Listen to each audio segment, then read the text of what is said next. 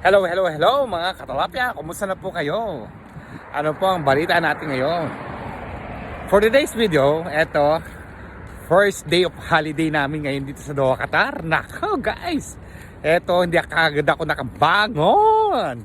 Sinulitan ko talaga yung aking pagtulog. Pero okay pa naman, kahit papaano, di ba? Kahit man lang na napagod tayo sa trabaho, in the end, meron naman tayong pahinga ng 3 araw. O, di ba? Kayo guys, kumusta na kayo? Ano nang mga balita at mga kalagayan natin sa ngayon? Ngayon ay araw ng Miyerkules. Siyempre, tapos na ang kanilang fasting of the month. Kaya eto, holiday na ngayon dito. Kaya excited na ako sa sarili ko. At least magbaback to normal na kami sa aming mga buhay-buhay dito guys. Hindi muna ako gumalaw ng gawain ko sa bahay. Hindi muna ako naglaba, hindi muna ako naglinis. Talaga, pahinga muna ang aking ginawa ko. Kaya ngayon, eto, papunta ako ng grocery para makapamili ng aking mailuluto para sa aking pananghalian. Gusto ko kasi magluto ng sabaw. Yung mainit na sabaw para naman makabawi ako sa mga nagdaan kapaguran sa aking trabaho. Ngayon ay talagang ako excited na sa aking first day of holiday. Marami akong babawiin, marami akong gagawin, o diba? Baka siguro mamayang gabi makakapamasyal ako. Pag ganun, para ako nakalabas ng kural. So ngayon ay ako ay mamimili muna ng aking gagamitin sa bahay. Kung ano yung kulang at kung ano ang gagamitin ko pa ay bibilihin ko na ngayon para at least sa ganun ay makarelax na ako lahat, diba? Ay oo nga pala, no? First day of holiday, sarado pala ito ng kalahating araw. Kaya mamaya na lang ulit ako pupunta dito para sa aking pamimilihin na gamit.